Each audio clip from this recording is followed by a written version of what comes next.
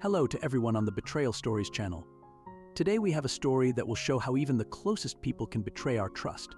I will tell you how I found out that my husband cheated on me with our neighbor, and the most unexpected thing is that I found out about it from our children.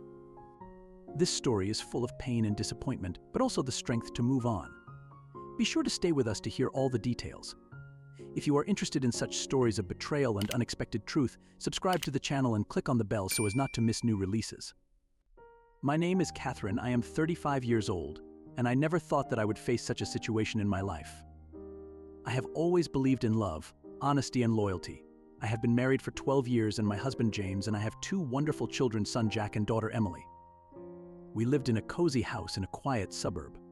Everything seemed perfect. We had stable jobs, the kids went to a good school, and on weekends we had family picnics or just spent time together. We became friends with our neighbor Michael and his wife Sarah right after they moved in. They were our couple of friends in the neighborhood, and we often had dinner together, played board games, and even went on picnics together. Our children also became friends and often played together. But one day everything started to change. I started to notice that James had become kind of weird. He started staying at work longer, and when he came home he looked tired and annoyed. I tried to find out what was bothering him, but he always brushed it off, saying it was just work or fatigue. It bothered me, but I tried to trust him and not make up too much. But things got even stranger when I noticed that he often accidentally crossed paths with Sarah. They talked more than usual, sometimes went for a walk together when no one was looking, and I thought it was just friendship. After all, we were friends. But deep down I was uneasy, and I couldn't get rid of this feeling. One evening, after a hard day, when the children had already gone to bed, I decided to talk to James. I asked him directly what's going on. You've become kind of detached. Are you dating someone else? He looked at me in surprise and said, "What kind of nonsense is this, Catherine? You're just tired." Let's not discuss this now. He turned around and went to sleep. But I was haunted by this feeling. Something was wrong.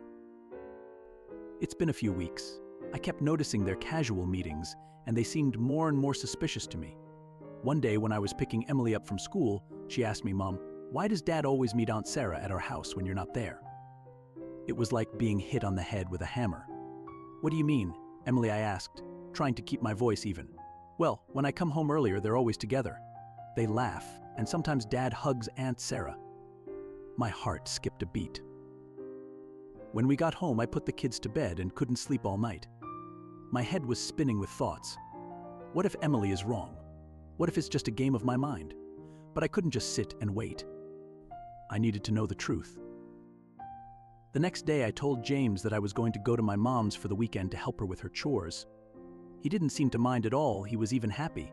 I decided to stay nearby and keep an eye on the house. My suspicions were too strong. And so I'm sitting in the car, watching my house, and suddenly I see Sarah coming to us. She confidently walks inside, as if it were her home. My heart started beating like crazy. I couldn't believe my eyes. It only took a few minutes, and I saw them through the kitchen window. They were standing too close, and at that moment I realized that everything was true. My husband is cheating on me with our neighbor. I couldn't sit and watch anymore. I got out of the car, walked up to the house, and quietly went inside. When I entered the kitchen, I found them in their arms. James and Sarah froze when they saw me, and there was a dead silence in the room. "What's going on here?" I asked, trying not to scream, even though everything inside me was boiling. James pulled away from Sarah and started saying something unintelligible. "Catherine, this is not what you think." But I already knew everything I needed to know. Sarah, realizing that her presence here was no longer appropriate, muttered something and quickly left. I was looking at James, and he couldn't hold my gaze.